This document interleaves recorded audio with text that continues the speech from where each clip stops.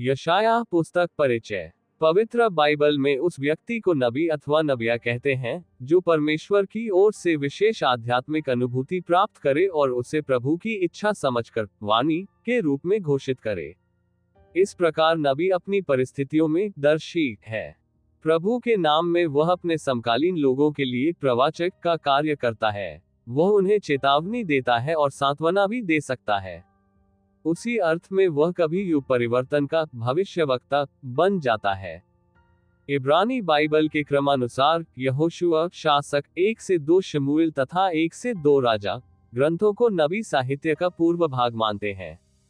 उन ग्रंथों के ऐतिहासिक विवरण में अनेक पूर्ववर्ती नबियों के कार्यों एवं वचनों का उल्लेख मिलता है।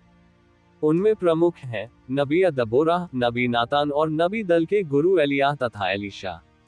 तब नबी यशायाह के ग्रंथ से लेकर उत्तरवर्ती नबियों के ग्रंथ आते हैं, जो नबियों के नाम से जाने जाते हैं। किंतु प्राचीन बाइबल अनुवादों के क्रम में ये नबी ग्रंथ अंतिम खंड में है। प्रस्तुत ग्रंथ की रचना महान नबी यशायाह ने की है। नबी यशायाह ईस्वी पूर्व 8वीं शताब्दी के उत्तरार्ध में यरूशलेम में रहते थे। राजदरबार से उनका निकट संपर्क था। प्रस्तुत ग्रंथ को हम 3 भागों में बांट सकते हैं। एक अध्याय 1 से 39 न्याय का ग्रंथ। इस खंड की विषय सामग्री उस काल से आरंभ होती है जब महाशक्तिशाली असीरियाई साम्राज्य यहूदा राज्य पर आक्रमण की योजना बनाता है। ये सन 742 एडी पूर्व की बात है। मंदिर में पवित्र परमेश्वर की उपस्थिति का अनुभव प्राप्त कर नबी यशायाह कहते हैं कि यहूदा प्रदेश को वास्तविक खतरा असीरिया की सैन्य शक्ति से नहीं, बल्कि इजरायली कौम के द्वारा किए गए पापों से है। इजरायली लोग परमेश्वर पर भरोसा नहीं करते। नबी ने स्पष्ट शब्दों तथा कार्यों द्वारा जनता और नेताओं का आह्वान किया कि वे धर्म एवं न्याय का जीवन व्यतीत करें।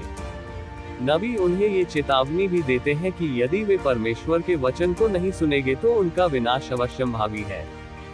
सन 734 एडी पूर्व में वह राजा आहाज को अयोग्य ठहराते हैं और यह नबूवत करते हैं कि राजा दाऊद के वंश में एक ऐसा व्यक्ति जन्म लेगा जो विश्व का आदर्श राजा होगा। संपूर्ण विश्व में ऐसा समय आएगा जब चारों ओर शांति का साम्राज्य होगा। यद्यपि हिजकिय्याह अपेक्षाकृत सुयोग्य राजा था और इसके शासनकाल में लगभग सन 701 एडी पूर्व में असीरियाई सम्राट सनहेरिब राजधानी यरूशलेम को गिराने में असफल रहा, फिर भी दाऊद वंशज के संबंध में कही गई महत्वपूर्ण नबूवत उस धार्मिक राजा हिजकिय्याह पर लागू नहीं हुई। 2 अध्याय 40 से 55 आशा और प्रतिज्ञा का ग्रंथ। ये भाग उस समय के विषय भविष्यवाणी करता है जब यहूदा प्रदेश के बहुत से लोग बेबीलोन देश में निष्कासित थे।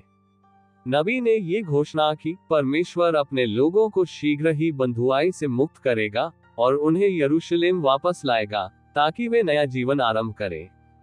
इन अध्यायों में एक विशेष विषय वस्तु पर जोर दिया गया है कि सृष्टिकर्ता परमेश्वर मानवीय इतिहास का सर्वोपरि प्रभु है।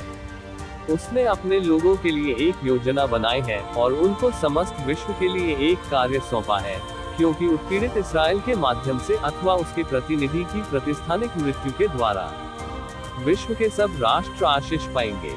प्रभु के सेवक संबंधी 4 काव्य है 42 वर्स 1 से 7, 49 वर्स 1 से 9, 50 वर्स 4 से 11, 52 वर्स 13 से 53 वर्स 12।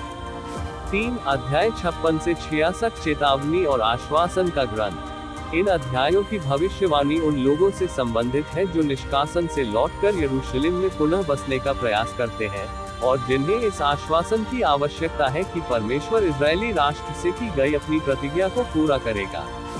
इन अध्यायों में मनुष्य के धार्मिक आचरण, सामाजिक न्याय, विश्राम दिवस का पालन, बलि अर्पण तथा प्रार्थना उपवास के संबंध में नबी के महत्वपूर्ण वचन है।